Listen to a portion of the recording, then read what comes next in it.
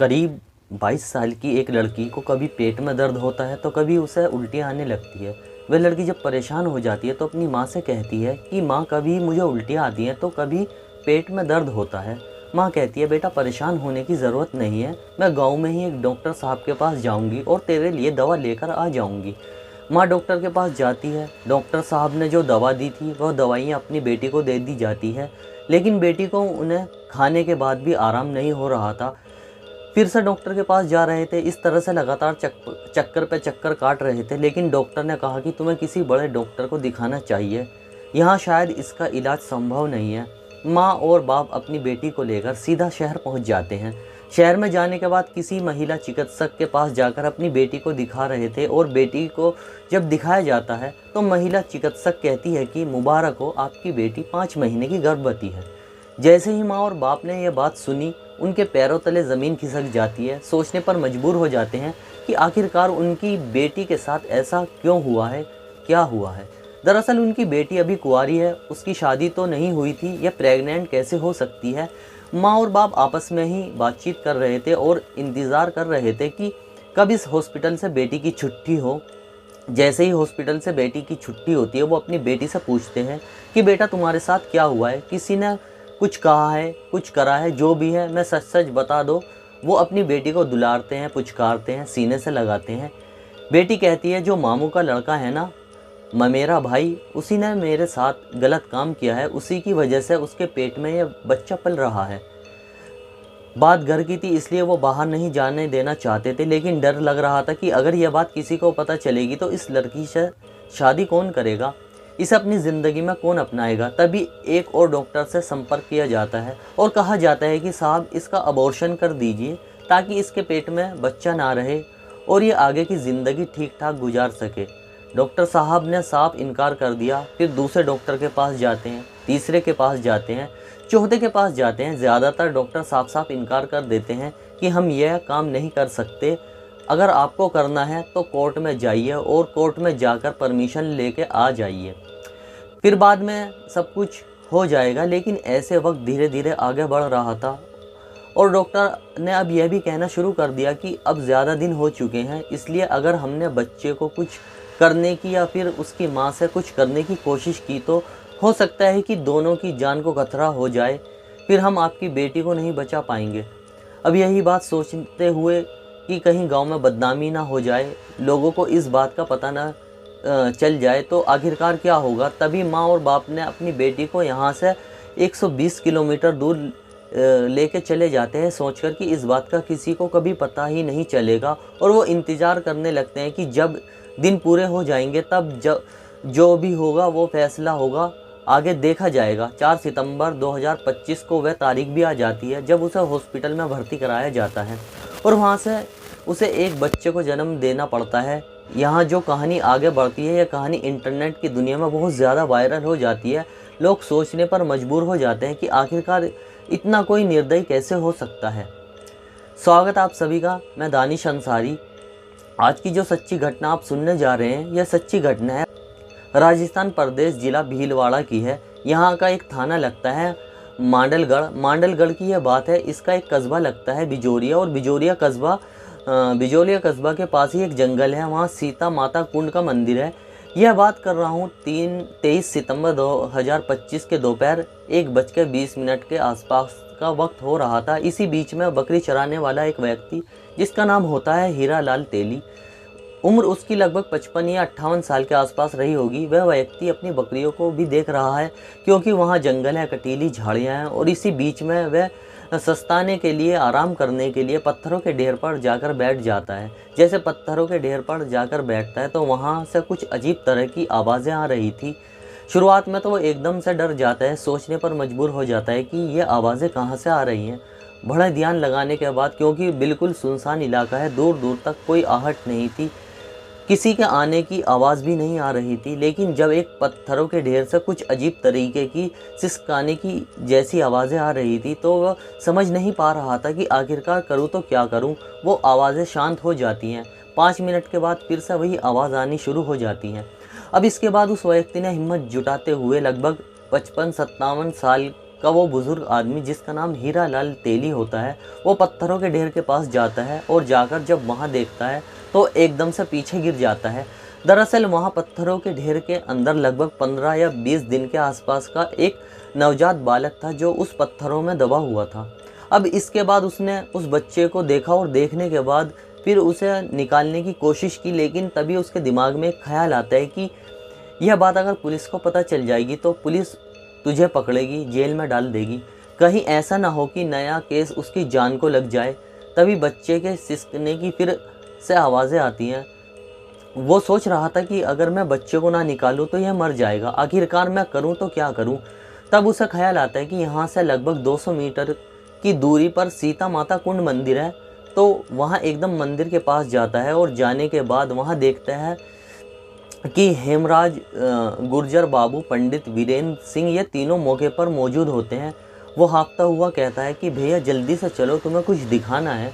वो तीनों पूछते भी हैं लेकिन वह बात नहीं बता पाता। वो इतना हाँफ रहा था, उसे डर लग रहा था कि ऐसा ना हो देर हो जाए, इसलिए उन तीनों को वो जल्दी से कहता है और तीनों उसकी बात सुनते हैं और एकदम मौके पर दौड़ते हुए पहुंच जाते हैं। उन्होंने जो अपनी आंखों से दृश्य देखा वो देखकर एकदम हैरान हो जाते हैं, सोचने पर मजबूर हो जाते हैं। लेकिन उन्हें भी डर लग रहा था कि कहीं ऐसा ना हो कि कोई पुलिस केस बन जाए।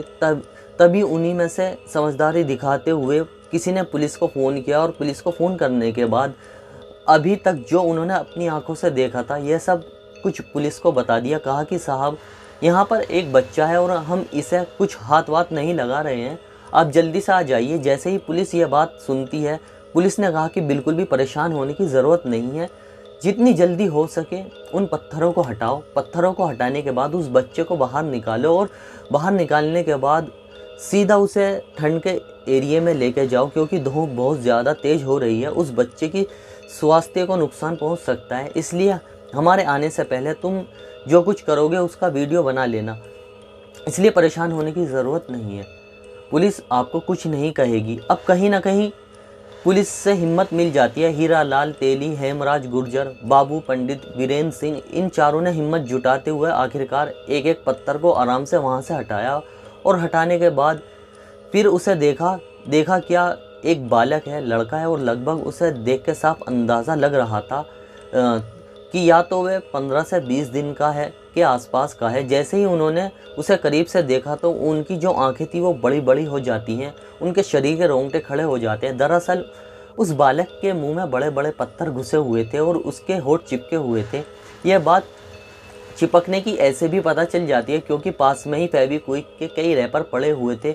उन्होंने साफ साफ अंदाज़ा लगाया, आपस में मशवरा करने लगे कि इस बच्चे के मुंह में जो पत्थर रखे गए हैं उसके बाद फेविक्विक से उसके होंठ को चिपका दिया ताकि यह रो ना सके, ताकि ये चीख ना सके, ताकि ये बचने के लिए किसी से कह ना सके। इसलिए उन लोगों ने हिम्मत दिखाई और हिम्मत दिखाने के बाद उसके मुंह से जब पत्थर निकाला और जैसे ही वह मुंह से पत्थर निकाला उस बच्चे ने दहाड़े मारकर जब रोना शुरू किया है तो ऐसा लग रहा था जैसे कि वह कब से रोने की कोशिश कर रहा है, लेकिन शायद उसको पत्थर वो रोने नहीं दे रहा था। इसके बाद फिर पुलिस मौके पर आ जाती है और जैसे ही मौके पर पुलिस आती है एक एम्बुलेंस 108 भी मौके पर आ जाती है। इस बालक को यहाँ से जो नज़दीकी एक कस्बा लगता है बिजोलिया के एक हॉस्पिटल में लेके जाते हैं। हॉस्पिटल में लेके जाने के बाद बच्चा भूखा था, भूख से तड़प रहा था। आखिरकार फीडर के माध्यम से उस बच्चे को जो भी दूध पिलवाया जा सकता था वो पिलवाया जाता है, लेकिन उसके हाथ पैर जब देखे जाते हैं तो पैर में जो था वह एक धूप की वजह से बहुत ज़्यादा झुलस चुका था और मुंह में पत्थर जाने की वजह से कुछ इन्फेक्शन वगैरह की भी उसको शिकायत हो गई थी। इसलिए डॉक्टर ने जो भी प्राथमिक तौर पर उसका इलाज कर सकते थे, इलाज करने के बाद तत्काल प्रभाव से उसको भीलवाड़ा जिला अस्पताल में भेजा जाता है और वहाँ से फिर महात्मा गांधी हॉस्पिटल में NICU में उसको भर्ती करा दिया जाता है। अब उस बच्चे का इलाज शुरू हो जाता है। जो वीडियो उन चारों लोगों ने, जो बकरी चराने वाला था, जो मंदिर से आए 3 लोग थे, उन्होंने जो वीडियो बनाया था वो वीडियो सोशल मीडिया पर बहुत तेज़ी के साथ वायरल होना शुरू हो जाता है। पुलिस ने मुकदमा दर्ज कर लिया। अब पुलिस के लिए एक बड़ा सवाल था कि आखिरकार यह बच्चा किसका है, यहाँ क्यों आया। पुलिस ने अपना जाल बिछाना शुरू कर दिया और आसपास के लोगों से पूछताछ करना शुरू कर दी। यह जानने का प्रयास किया कि आखिरकार यह बच्चा किसका है, कहाँ से आया है। यही पुलिस पता करने की कोशिश कर रही थी और वो वीडियो सोशल मीडिया के माध्यम से न केवल भारत में बल्कि भारत के अलग अलग एरियो से बाहर, भारत के जो दूसरे मुल्कों में भी बहुत तेज़ी के साथ फैल चुका था। हर कोई इस बच्चे की वीडियो देखने के बाद एकदम सिहर जाता है, सोचने पर मजबूर हो जाता है कि आखिरकार कोई माँ या कोई बाप ऐसा कैसे हो सकता है। तुरंत ही इन्होंने जब ये वीडियो जाने लगता है, पुलिस ने एफआईआर दर्ज कर ली और एफआईआर दर्ज करने के बाद आखिरकार पुलिस के पास एक फ़ोन पहुंचता है और वो भी बूंदी ज़िले से। जब बूंदी ज़िले से फ़ोन पहुंचता है, पुलिस को जानकारी दी जाती है, हो सकता है कि साहब आपके लिए कुछ इन्फॉर्मेशन काम की हो सकती है, इसलिए हम आपको थोड़ी सी जानकारी दे रहे हैं।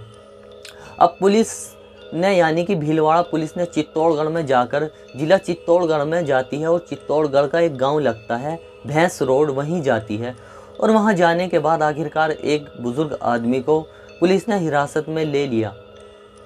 हिरासत में लेने के बाद उसके घर में एक महिला थी, वो भी पुलिस के साथ आ जाती है और साथ ही एक बेटी है लगभग 22 साल के आसपास की। पुलिस इसको भी हिरासत में लेकर आ जाती है। अब लाने के बाद उनसे पूछा जाता है कि यह जो बात चल रही है, इस बात का तुमसे कितना ताल्लुक़ है, क्योंकि पुलिस के पास यह जो इन्फॉर्मेशन थी वो बिल्कुल सटीक इन्फॉर्मेशन थी। आखिरकार पुलिस ने जब उनसे बातचीत करना शुरू किया तब बाप ने एक कहानी सुनाई। उसने कहा कि साहब अप्रैल 2025 के आसपास की बात है, उसकी बेटी को पहली बार दर्द हुआ, तब पता चला कि उसकी बेटी को तो प्रेग्नेंट हो चुकी है, वो भी 5 महीने की। बेटी का अबॉर्शन कराने के लिए, उसका गर्भपात कराने के लिए एक के बाद एक कई हॉस्पिटल में जा रहे थे, लेकिन कोई सुनने को तैयार नहीं था। उसे डर लग रहा था कि बेटी की शादी कैसे होगी, समाज को अगर यह बात पता चलेगी तो कोई उसकी बेटी को अपनाएगा नहीं। वो अपनी बेटी को मारना नहीं चाहता था, इसलिए उसने कोशिश की लेकिन गर्भपात होता नहीं। इसलिए यहाँ से 120 किलोमीटर की दूरी पर बूंदी जिले के बसली थाना क्षेत्र के एक खेतों की तरफ जाता है। वहाँ पर किसान का खेत था। किसान से उसका फिर घर किराए पर लेता है और कहता है कि मैं मध्य प्रदेश से आया हूँ, जो मेरी बेटी का पति है ना, उसे छोड़कर चले गया है, इसलिए यह उसका इलाज भी नहीं हो रहा। यहाँ पर इसका इलाज भी होता रहेगा, हम मेहनत मजदूरी करके अपना गुजारा करते रहेंगे।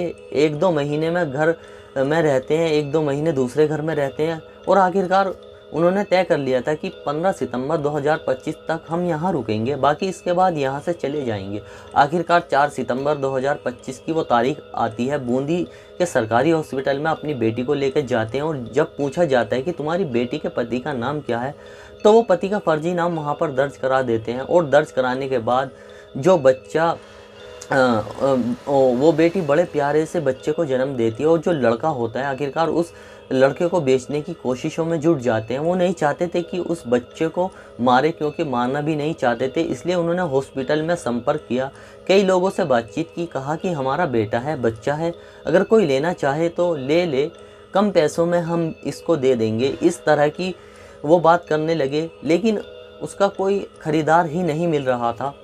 जब खरीदार नहीं मिलता तो वो परेशान हो जाते हैं। आखिरकार वो आपस में उसी जगह पर आ जाते हैं। अब वो पहले तो 15 सितंबर को वहाँ से जाने वाले थे, लेकिन वो यहाँ पर 23 सितंबर 2025 की सुबह 8 बजे तक रुकते हैं और 8 बजे उठने के बाद यहाँ से बूंदी से भीलवाड़ा के लिए ट्रैक्टर ट्रॉली से जाते हैं। ट्रैक्टर ट्रॉली से जा रहे थे तभी उन्होंने बिजोरिया में जाकर रुक जाते हैं। बिजोरिया के पास जंगल है और जंगल में सीता माता कुंड का मंदिर है, वहाँ पर जाते हैं। वहाँ से लगभग 200 मीटर दूर जंगल की तरफ जाने के बाद जो पत्नी है, पत्नी को तो छोड़ के चला जाता है दूसरी जगह। यह तिलसवा में एक महादेव का मंदिर है, पत्नी को तो वहाँ छोड़ देता है, लेकिन अपनी बेटी को साथ लेकर वो बुज़ुर्ग आदमी पहुँच जाता है और बेटी आराम से बैठी रहती है इत्मीनान से। बेटी की आंखों के सामने उसने पहले तो बिजोलिया से 2-3 फेविक्विक खरीदी और फेविक्विक खरीदने के बाद वहाँ मौके पर तो पहुँच ही जाता है। बेटी पास में बैठी हुई है। पहले तो अपनी नाती के मुंह में बड़ा सा पत्थर रखता है ताकि वो चीख ना सके, चिल्ला ना सके। उस बच्चे का वजूद ही कुछ नहीं था। वो विरोध भी करना चाहता तो शायद अपने नाना की उस ताकत का विरोध नहीं कर पाता। आखिरकार उस बच्चे ने रोने चिल्लाने की कोशिश की तो उसके मुंह में पहले तो पत्थर रखा, बाद में उसके होठों को चिपका दिया फेविक्विक से, और चिपकाने के बाद वहाँ से एक पत्थरों का ढेर था, पत्थरों के ढेर के अंदर रख देता है और ऊपर से और पत्थर रख देता है, जो पत्थर उसकी जांघ के हिस्से में जाकर लग जाता है, क्योंकि गर्मी ज़्यादा हो रही थी और गर्मी ज़्यादा होने की वजह से वो उसका उतना हिस्सा झुलस जाता है गर्मी की वजह से। हालांकि उन्होंने उसको जान से मारने या पीटने, उसका गला दबाने की, उसको मारने की कोशिश नहीं की, लेकिन उनकी कोशिश यह थी कि जब इसको खाना पानी दाना यह सब कुछ नहीं मिलेगा तो जाहिर सी बात है वो दम तोड़ देगा। लेकिन जो वो कर रहे थे वो बहुत भयानक था, सोचने के लिए भी इतना किसी भी इंसान के अंदर के सिहर जाएगा, सोचने पर मजबूर हो जाएगा कि आखिरकार कोई ऐसा कैसे कर सकता है। माँ ने भी अपने बाप को रोकने की कोशिश नहीं की और नाना ने अपनी नाती को कुछ इस तरह से एक कैद खाने में रख दिया। लगभग 3 घंटे बीत जाते हैं। सुबह लगभग 10 बजे के आसपास का वाक़या था। 10 से 11, 11 से 12 और 12 से 1, 20 के आसपास का मसला था। इसी बीच में एक